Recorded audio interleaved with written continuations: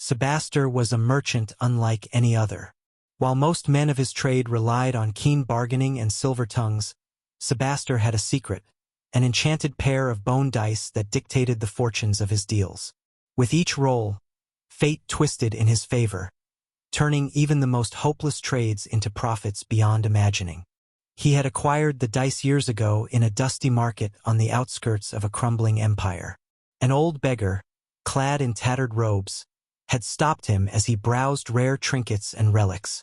"For a merchant who seeks fortune beyond coin," the beggar had rasped, extending his trembling hand. In his palm lay a pair of dice, carved from yellowed bone, their pips filled with something dark as ink. "These will turn fate itself, but beware. The gods do not grant favors without a price."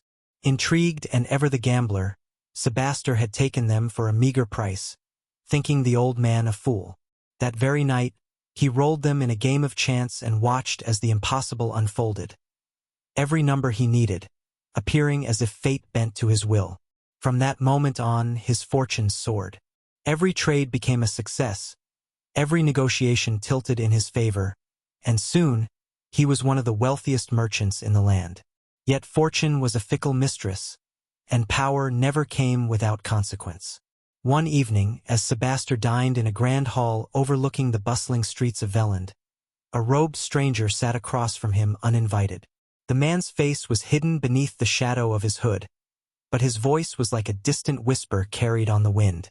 "Tell me, merchant, do you know the true cost of the dice you roll so carelessly?" Sebaster scoffed, lifting a goblet of fine wine.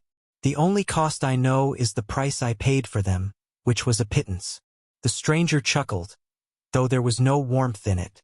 "And yet, with each roll, something is taken. Not from your purse, but from the fabric of fate itself. Have you never wondered where your fortune is stolen from?" Sebaster hesitated. He had never questioned it. He had only enjoyed the rewards. The stranger placed a single gold coin on the table. It bore an unfamiliar emblem, a crest of a kingdom Sebaster had never seen before. "This is the last trade you will make with luck alone. Roll the dice one final time, and the truth shall be revealed." A chill ran through Sebaster as he retrieved the dice from his pocket. His fingers trembled as he cast them onto the table. They tumbled, spinning unnaturally, as though moved by unseen hands. When they landed, the air in the room grew heavy. The lights dimmed, and Sebaster's breath caught in his throat. He saw flashes, visions of merchants ruined, travelers lost, kings overthrown. With every fortune he had gained, another had suffered. The dice did not create luck. They merely shifted it, pulling prosperity from others and weaving it into his life. His stomach turned. The weight of countless stolen fates bore down on him. He looked up, but the stranger was gone. Only the gold coin remained, sitting atop the dice as if sealing their power. Sebaster took the coin and left the dice where they lay, abandoning the fortune they had brought him. He vanished from Veland the next morning, his name fading into legend. Some say he spent the rest of his days trying to restore the balance he had unknowingly disrupted.